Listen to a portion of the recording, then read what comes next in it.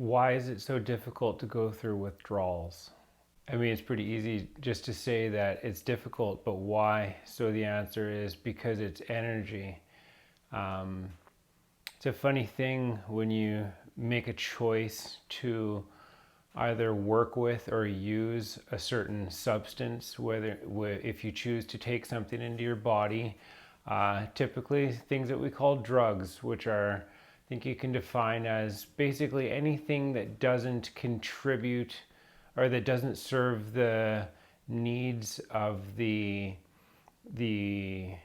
organism or of your body itself. It is above and beyond that. So if you take, say, if you like have a beer, or if you drink alcohol or if you smoke weed or something like that, it affects your energy. And so it seems that if you so along the lines of energy, it's like how much you do, which is frequency, which is once again an energy term.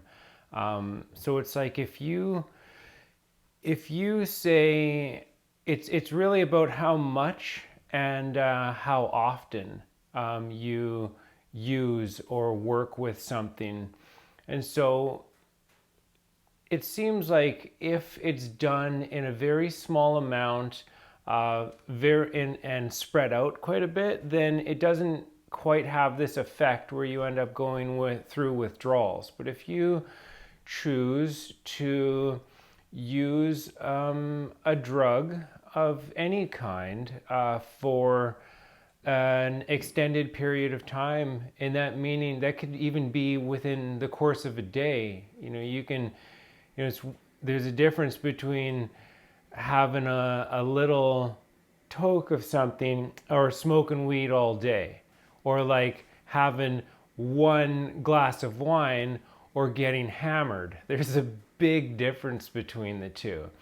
And if that carries on into days, because that is the thing with using substances in that way, they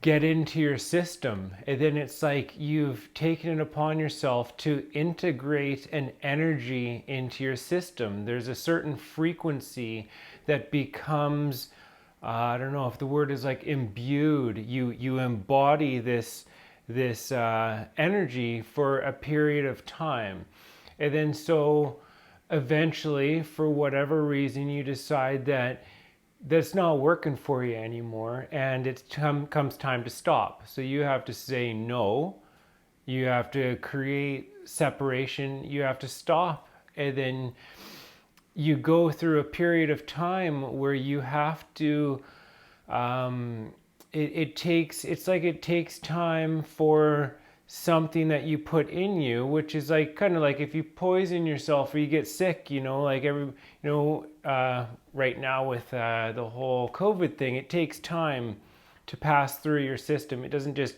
happen immediately, even though like fundamentally it probably could, but we're not all masters in that way. So for most of us, you gotta kind of ride it out, and it can be really challenging because you can end up spending a lot of time in bed experiencing the release of this energy as it slowly lets go, as your body moves it through, as it comes through.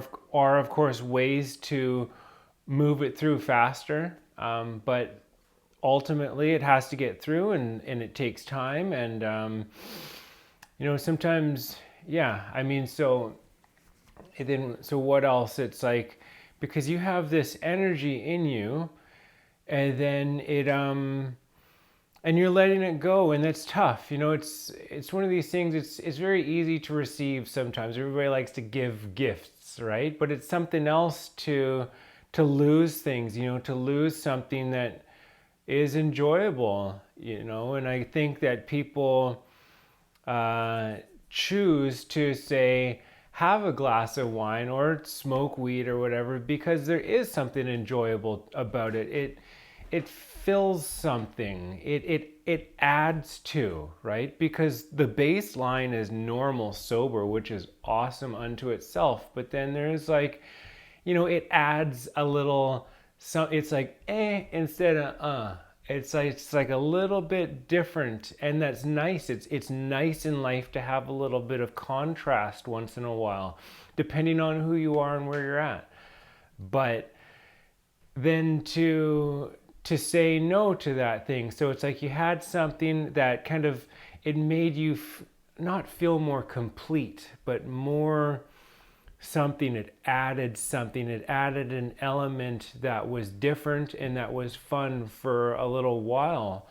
But then you decide that you don't want to be on that path, because it can, if you start doing it over and over and over, you basically, that's the path of the addict, as well as condemning one substance while advocating another path of the addict. And that's a dangerous place to be, a slippery slope, as they say.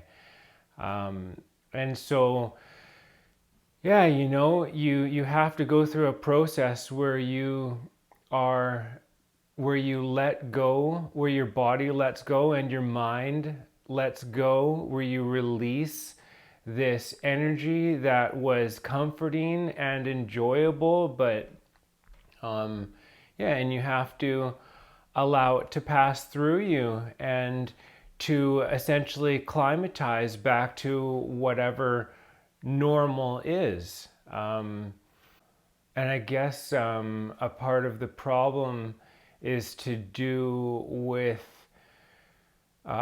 because when you work with certain substances, they release dopamine. And so, like, your body, it's funny because, like, you can take things into your body that kind of makes your body release or absorb or work with certain chemicals that, like, your body makes things itself. Like, you drink coffee and your body releases adrenaline so that you get this kind of artificial high that you can ride, and it gets you to where you need to go. But that's like, it can be addicting, because then you can become reliant on this substance to get to where you need to go. And then you start using it, and then the more you use it, you reduce your sensitivity to it, and then the more of it that you need, and the less result that it has, because you build up a resistance to it.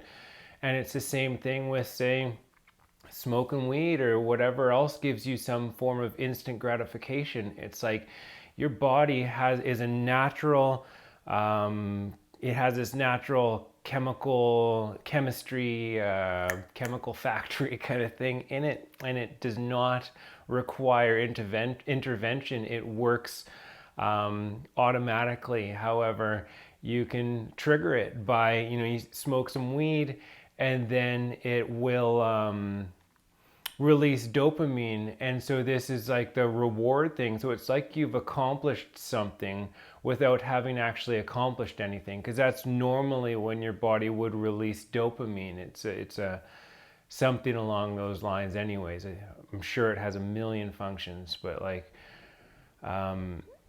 what else? Yeah. And so, but that's a huge problem if you, because it becomes the vicious cycle of dopamine. Because then if you start artificially triggering the dopamine release, and then your body, and then, like, what is it that your body stops doing it, or your body, if you start triggering dopamine release, then you reduce your sensitivity to it, and then when you're not triggering dopamine release through the use of substances, then your body will, then you're not sensitive enough to just the regular levels of dopamine, and then you're at a loss. You can become depressed because you're not picking up on your body's subtle way of keeping you exactly where you need to be all the time. So it's a very, I don't know, it's not that it's a game to play, but it's something to certainly be cautious with, and understand what you're doing. It's a big thing with no matter what substance you're talking about, they're all uppers and downers, all of them, and can be worked with in that respect medicinally. And so there is huge benefit from working with certain substances, even smoking weed, even when your physical body doesn't need it. Sometimes it helps to have a little sweet release, as they call it, or just something that, gives you some contrast between just like the everydayness of life, how it just continues nonstop.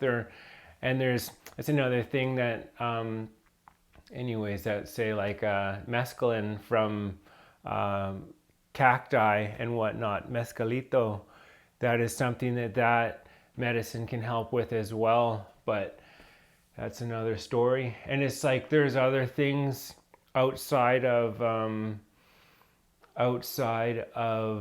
substances with chemicals and whatnot, like food. As I've talked about before, they say it's more addictive than heroin. I know more people addicted to food than anything else, although weed and alcohol are certainly runner-ups. And then sex too. It is, it's not a substance, but it is something. It's funny because it's like, all the other ones you got to go get. Alcohol doesn't just grow, well, it does grow on trees if the fruit goes but it's like, or weed, yeah, like some of these things, but they're not just like there. Whereas like if you have a hand and you're a human being, you have the ability to pleasure yourself with this. You can all of a sudden have this sensation of sexual excitement and arousal, all that kind of stuff, and it releases chemicals, and it is addicting, right? Just like anything, men or women, right? So it's like sex. And then you have to, if you want to step away from that, it takes time. You need to make a choice. You need to have your priorities straight. That's why I always say it's all about priorities. It's not discipline, because once you have your priorities straight, everything else falls into place. And then you need to allow yourself time to acclimatize back to the state of being where you're not constantly being given this experience of this pleasure, of this like enjoyment, this thing that you can very easily get used to. And you need to let your mind to acclimatize back to a state where it's not filled with these ideas of these things, and it knows that it can get this kind of experience. So then you can like scheme about how you can make this happen and make it work, and like this thing about enjoying stuff. And so, and like, it comes up in your dreams, at least it does for me, and you need to sit with it, and you need to separate yourself from it and go through these withdrawals. And it's like you can lie in bed and you can not want to move, and you can not want to get up, and that's even worse for you, because then you're like wasting all this time in bed like a zombie, and it's not good for your back and your muscles and stuff like that, to just lay there. And like, and then if you're there for an extended period of time in these like stupid positions, not what it should be, because you're just like, you are stuck there. You don't want to get out because life is bleak, or it can seem that way without this thing. And I'm not saying that's always the case. I mean, it is certainly possible to enjoy a number of things responsibly. And that's all we're talking about here, is just, why are the addictions? Because it's energy, because, yeah. And so learning how to move that energy It's like I say, like laziness is like a sickness. It's like a disease. You kind of got to beat it out of you. It's not just going to come out. It gets set in. And so for me, that's running. I run like fast. And so that is one of the ways that I get it out. Certainly yoga and meditation, but like if you don't want to, it's the same as I can't is basically the same as I don't want to. So like when you don't feel like it, it's tough. Sometimes you just have to go to the bed and hit it, and it takes days.